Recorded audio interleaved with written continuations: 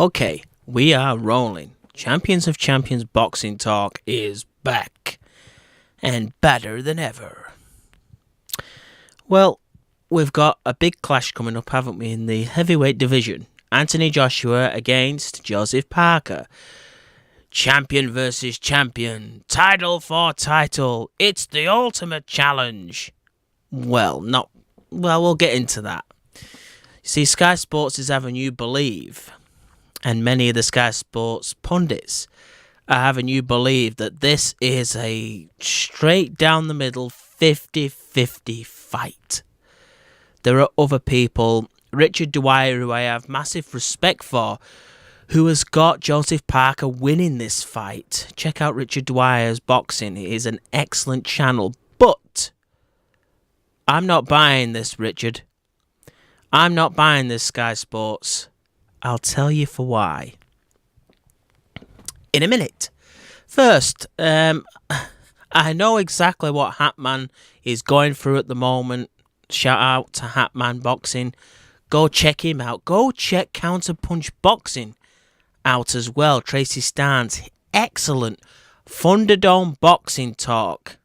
Anthony, he's also great. You know, I like a variety of channels on YouTube, and sometimes they don't all agree with each other, but I find a way to see, you know, the cleverness and the different opinions, because if everyone agreed with me, it'd be boring. I don't mind a different opinion, trust me. And many of these guys have different opinions to me, but I respect them, and sometimes they make me think. They tell me certain things, or they say certain things, and which I haven't thought of or considered. So I hope they think that if they listen to my videos sometimes. Go up to the Facebook Ring IQ page, by the way, and IB Boxing, which I am a moderator of now.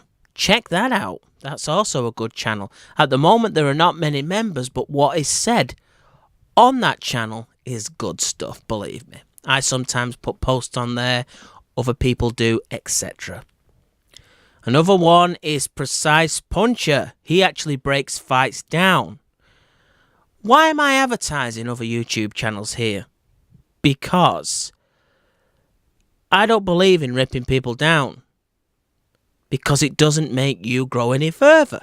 Trust me on that. You can have a different of opinion. If it's to do with boxing, it's not worth falling out over. If it gets racial or anything along them lines, then yeah, you kind of move that away. And Hatman has had Americans at the moment having a go at him. You're British, so therefore you're going to side with Anthony Joshua if they fight. Load of nonsense. I've also been hearing this from Joseph Parker fans. You're going to side with Joshua, mate, because he's the Brit, isn't he? Well, you don't say. Of course he's British. You only have to hear him talk. He sounds different to me, but me and Anthony Joshua are from the same nation. I punch a little bit harder than Anthony Joshua, just kidding. But you know what I'm saying? Listen, I don't support fighters just because they're from my country. Well, let me change that a little. I don't pick fighters necessarily to win fights because they're from my country. I might support them. Let's correct that. I might support them. That does not mean that necessarily I would pick them to win a specific fight. Listen, if Muhammad Ali was to fight Frank Bruno, both in their prime, a lot of people in my country would hope Frank Bruno wins somehow. But none of them would predict he would win. They would know Muhammad Ali would win. That's the sort of thing I'm talking about, right? I know that Lennox Lewis was the best British heavyweight I've seen in my time, perhaps of all time. Many boxers I would pick Lennox to beat. But Muhammad Ali is American. If these two guys were to fight in their prime, I'd be edging Muhammad Ali to win that fight. So how am I being biased towards my own nation. Someone even once said to me, this is how ridiculous it gets. You're hoping Pacquiao wins against Mayweather because Mayweather's American. Oh my God. I'm British, not Filipino. Anyway, Canelo Alvarez fans making justifications for that little, sauce that he's been taking lately. Vida Mexico, you wrong, Martin. All right, mate, chill out. But trust me, this breakdown is not because of a guy's nationality. It's looking at what I think could happen in the fight. Joseph Parker, orthodox fighter. Anthony Joshua, orthodox fighter. Unless Joshua decides to become Mr. Adaptive, Reactive, Terence Crawford, who can switch to any stance. I think he even makes stances up, Terence Crawford. You've got orthodox, southpaw. I think he has a Power Ranger combination of the two. It's called the Mega Megazord stance. You heard it first. But unless Anthony Joshua has those skills overnight, I think we're going to really see basically what we've seen of these guys all along. Joseph Parker does have really fast feet for a heavyweight. That's because he's much smaller than a lot of heavyweights. But I'll give him the credit. He does have good footwork, and I do like his foot placement in the ring. He has really good hand speed. But Anthony Joshua, tremendous power. Terrific power. Game-changing power. Ask Klitschko. Ask his last guy. I think it was Takam, right? Well, let's talk about Takam for a second. Let's just talk about that particular individual. Right. Carlos Takam has fought both Joseph Parker and Anthony Joshua. And he gave Joseph Parker a really, really, really tough contest. Many people, myself included, was giving Takam rounds in that fight. I think Parker edged it. But Takam, this stubbornness, this toughness that he has, kept him within the fight, kept him there. And he didn't seem to be... Well, it looked like two fighters. I'm not being off the rails on this one. It looked like two fighters that were kind of on the same level, with Parker just edging it on the night. Then we go to another opponent, John Ruiz. This, to me, was a drastically close fight. Andy Ruiz, sorry, why did I get the two confused? But Andy Ruiz gave, right, Joseph Parker a real tough contest. And Andy Ruiz was in better shape recently for his last fight than what he was on the night he fought Joseph Parker. There was a round or two in that fight at best. At best. Then Yui Fury, right? I don't think Yui Fury is into Anthony Joshua's realm at this particular point. He's elusive. He has a good back foot game, a jab, a terribly boring fighter, let's be honest, right? A poor version of Tyson Fury, in my opinion, at this moment. He's got a lot of work to do, but that was a Yui Fury that had severe ring rust, right? And some people thought Yui Fury beat Joseph Parker. And again, it was close. I only just gave that fight to Joseph Parker by a round or so. There was nothing in that fight. Joseph Parker did all the, shall we say, offensive work because Yui Fury was on the back foot all fight long. But I think, to me, Yui Fury was doing that because he wanted to do it. He had no ambition. Do I think that Joseph Parker would have hurt Hughie Fury had Hughie Fury decided to engage? Maybe yes. But I was disappointed in Joseph Parker. I thought he would beat Hughie Fury a lot more convincingly than he did. And it was a close-ish fight. Now, the best Carlos Takam did against Anthony Joshua was be rugged in there. The stoppage was controversial. He took some heavy punches by AJ, but I think he could have carried on. But the referee saw it as Takam was heavily down on the scorecards, and he was on my score as well. So therefore, he called it a night. The ruggedness maybe troubled Joshua. Joshua, for that particular fight, had put on way too much muscle mass and looked like he was still celebrating the Klitschko victory, to be honest with you. So this was one where he just turned up and got the W. I don't really think that was the best Anthony Joshua that we're likely to see from here on in. But the most trouble Takam really gave him was when he headbutted Anthony Joshua in the nose. That's about it in terms of scoring. Let's be honest. Maybe a swing round here or there for Takam, but that was about it. So I'm meant to believe that a guy that struggles with Takam, Andy Ruiz, and Hughie Fury is going to beat Anthony Joshua. Some people are claiming he's going to knock out Anthony Joshua. Come on. If he can't solve the puzzle of Hughie Fury convincingly, if he can't stop Mr. Carlos Takam, who is there to be hit, right? If he can't put away Andy Ruiz, who again comes to fight, how is he going to put away a man that has proven that he could take a punch? A bit like his buddy Deontay Wilder. And I don't think Joseph Parker has Luis Ortiz's power, or Deontay Wilder's power, for that matter, or Anthony Joshua's power.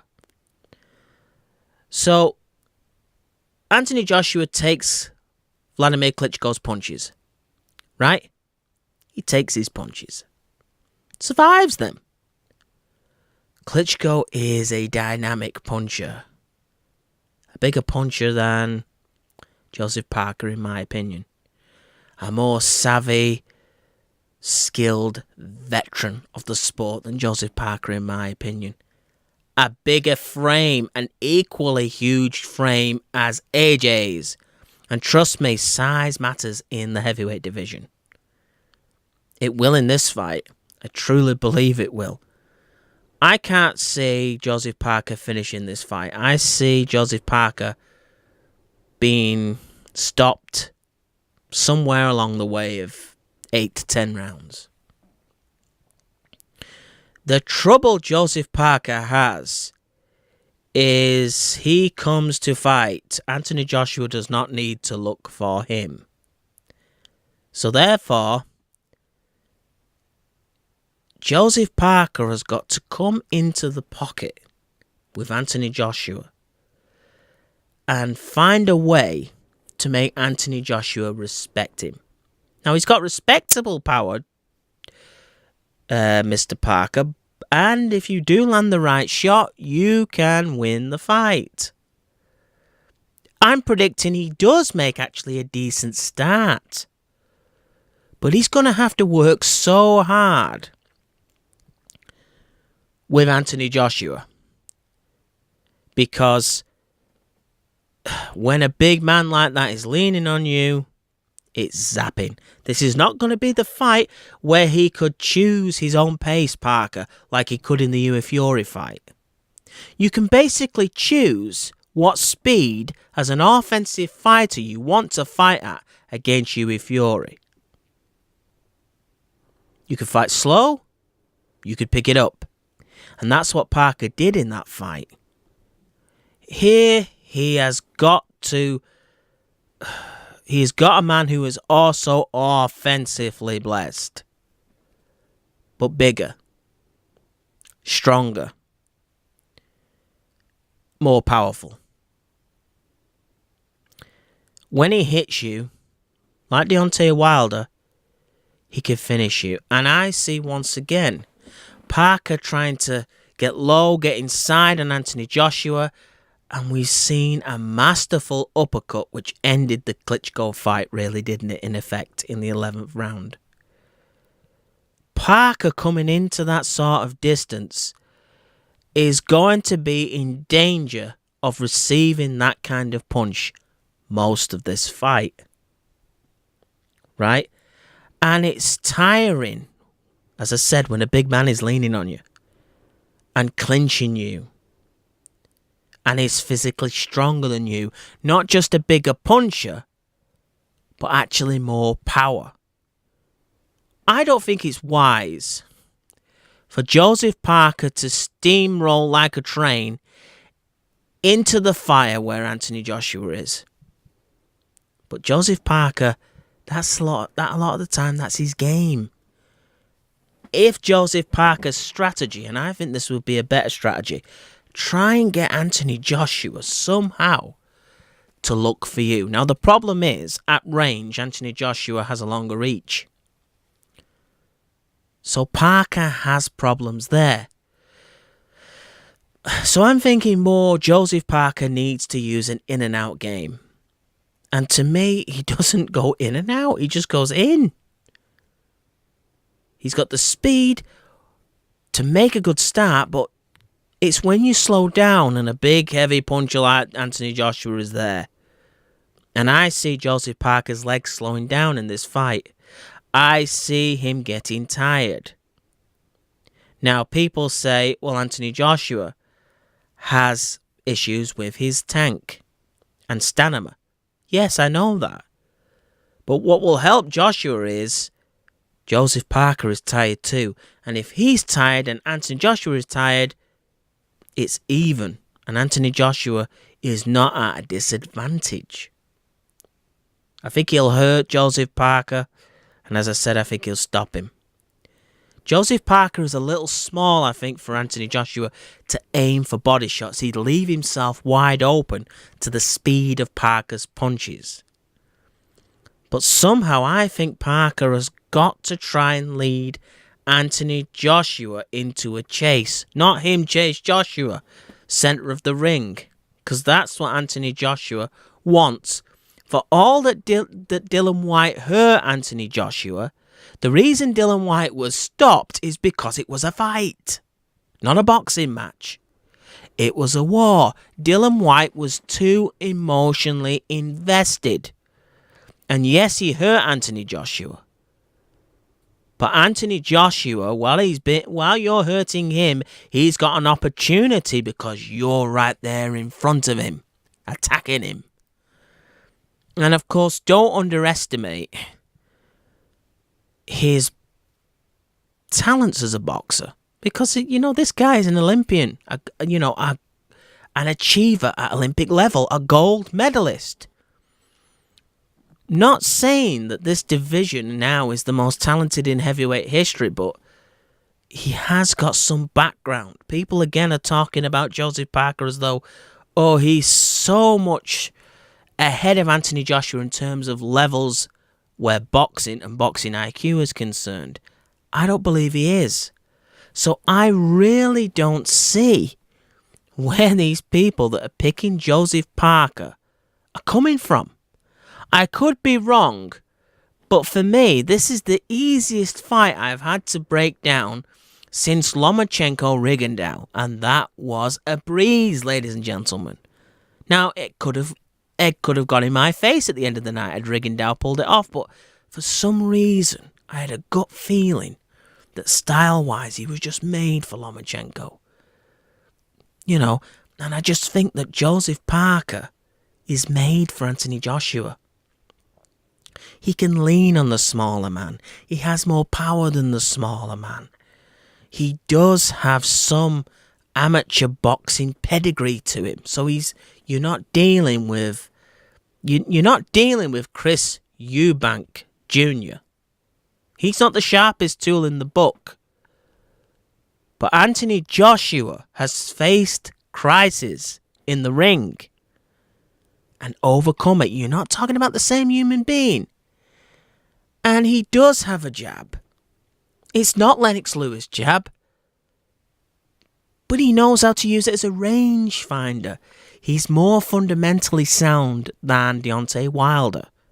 Now, Deontay Wilder can change the complexion of a whole contest in one punch, but I don't think Joseph Parker has that one punch. I think Joseph Parker has more strengths fundamentally than Deontay Wilder, but so did Luis Ortiz. But power counts. So AJ can at least give Joseph Parker a match in the boxing department. Not as fast, but timing is pretty good. His timing is pretty good.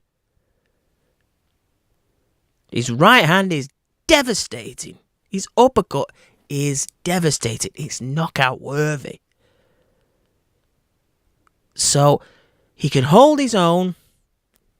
He's got good timing, equal timing to Parker, not as fast hands, bigger, stronger, and power counts. You're talking about the heavyweight division.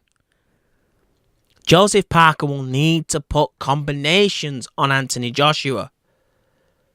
And that is tiring against the big man. I think the best hope for Joseph Parker, I'm not agreeing with some people who think he should go in there and try and steamroll Anthony Joshua. I think his best way is to make Anthony Joshua, who sometimes is clumsy on his feet, right, try and chase him down and counter.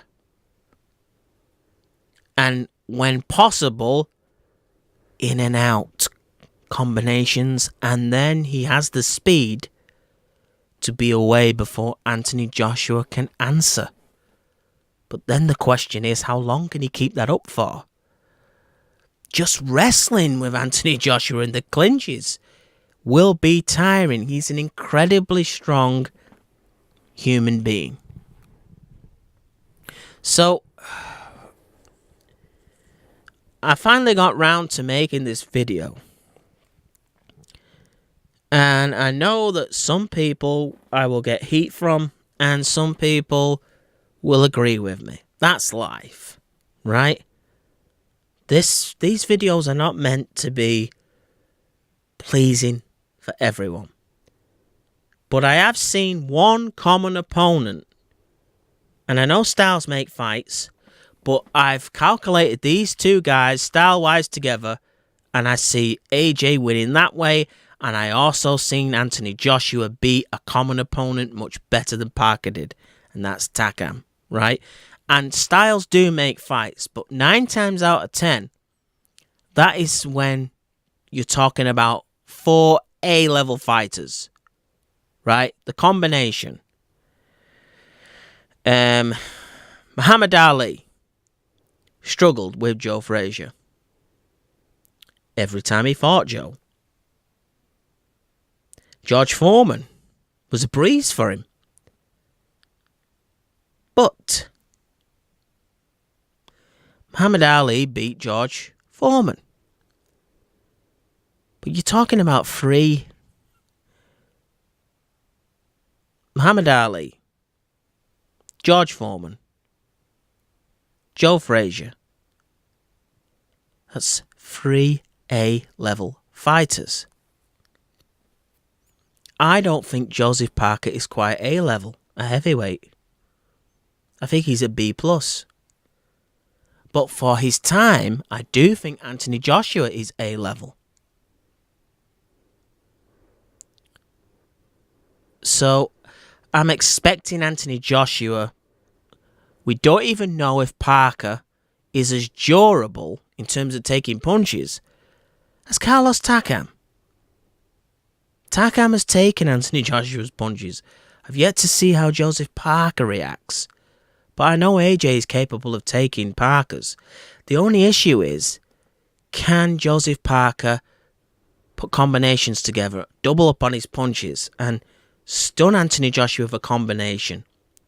And if he gets him hurt, I do think maybe Joseph Parker will go for the kill, unlike Vladimir Klitschko. But these are his only hopes, in my opinion. And as I've said, some wild strategic plan that's just come in my head, which is a back foot game. But also, if AJ hits him,